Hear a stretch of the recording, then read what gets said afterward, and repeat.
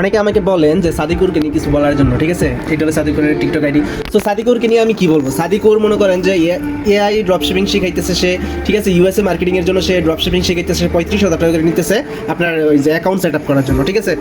আমার কথা হলো সাদিকুরের কাছে যে এআই ড্রপশিপিং আপনি যে ইউএসএতে বা ইউকেতে যদি করেন, ঠিক আছে, তাহলে 35,000 টাকা কেন লাগবে? এত টাকা কেন লাগবে? কম কি লাগতে পারে না?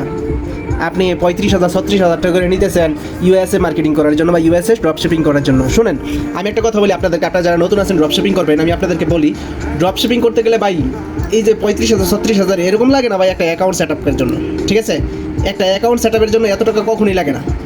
আপনারা যারা ড্রপশিপিং করবেন তাদেরকে আমি বলতেছি আপনারা এই সব প্রতারণা থেকে একটু দূরে থাকেন, কারণ ড্রপশিপিং করতে গেলে ভাই 35,000 টাকা দিয়ে সেট আপ করা লাগে না, ঠিক আছে?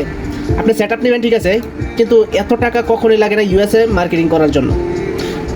যারা নাকি বিগিনার, যারা নাকি ড্রপশিপিং করে তারা জানে যে ইউএসএতে বা ইউকে ড্রপশিপিং করার জন্য এত টাকা কখনো প্রয়োজন হয় না একটা অ্যাকাউন্ট সেট আপের জন্য।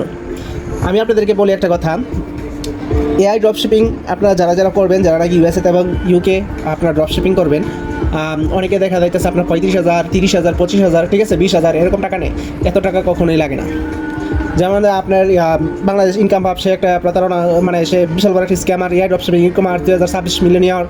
তারপরে হচ্ছে কি আপনার ড্রপশিপার রাজন, ড্রপশিপার টিশা, এরা তো এখন ড্রপশিপার অনু লাগাইছে, আর হচ্ছে কি আপনার রাজনী, এরা মনে করেন নাম টাম চেঞ্জ করে এখন আমরা নতুন করে শুরু করতেছে, ঠিক আছে?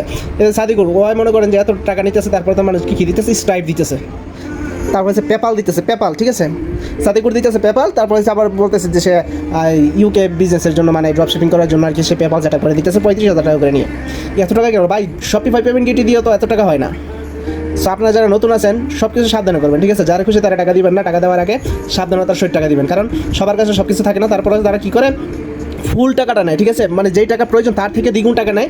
পরবর্তীতে সে কী দেয় মনে করেন, যেই সব খরচ, সব কিছু খরচ মিলায় মনে করেন যে সাদিকুরের হয়তো বা 4-5 হাজার টাকা খরচ হয়, কিন্তু সে 35,000 টাকা করে নিতেছে। সে যেটা তাই সে পেপাল দিয়া, যদি পেপাল দিয়ে সব কিছু সেট আপ নেয় তাহলে 5 থেকে 6 হাজার টাকা যাবে, ঠিক আছে? এর বেশি যাওয়ার কোনো কথা নেই, কিন্তু সে 35,000 টাকা করে নিতেছে পেপাল বা স্ট্রাইপ, যেটা দিয়ে সেট আপ নেয় না কেন, ঠিক আছে? 5-6 হাজার টাকার বেশি লাগার কথা না, কিন্তু সে 35,000 টাকা নিতেছে, অনেক বেশি, বিগ একটা অ্যামাউন্ট নিতেছে, ঠিক আছে? আর অনেকে কিন্তু 35,000 36,000 30,000 25,000 15,000 18,000 20,000 এরকম করে নেয়, কিন্তু সঠিকভাবে সঠিক দিতেছে না। যেমন এআই ড্রপশিপিং, ই-কমার্স, ঠিক আছে?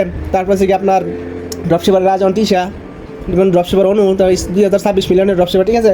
এই সব মনে করেন যে স্ক্যামার, এদেরকে কখনো টাকা পয়সা দেবেন না। যারা টাকা পয়সা দেবেন সাবধানতার সহিত দেবেন, কারণ এরা বিশাল বড় একটা স্ক্যামার।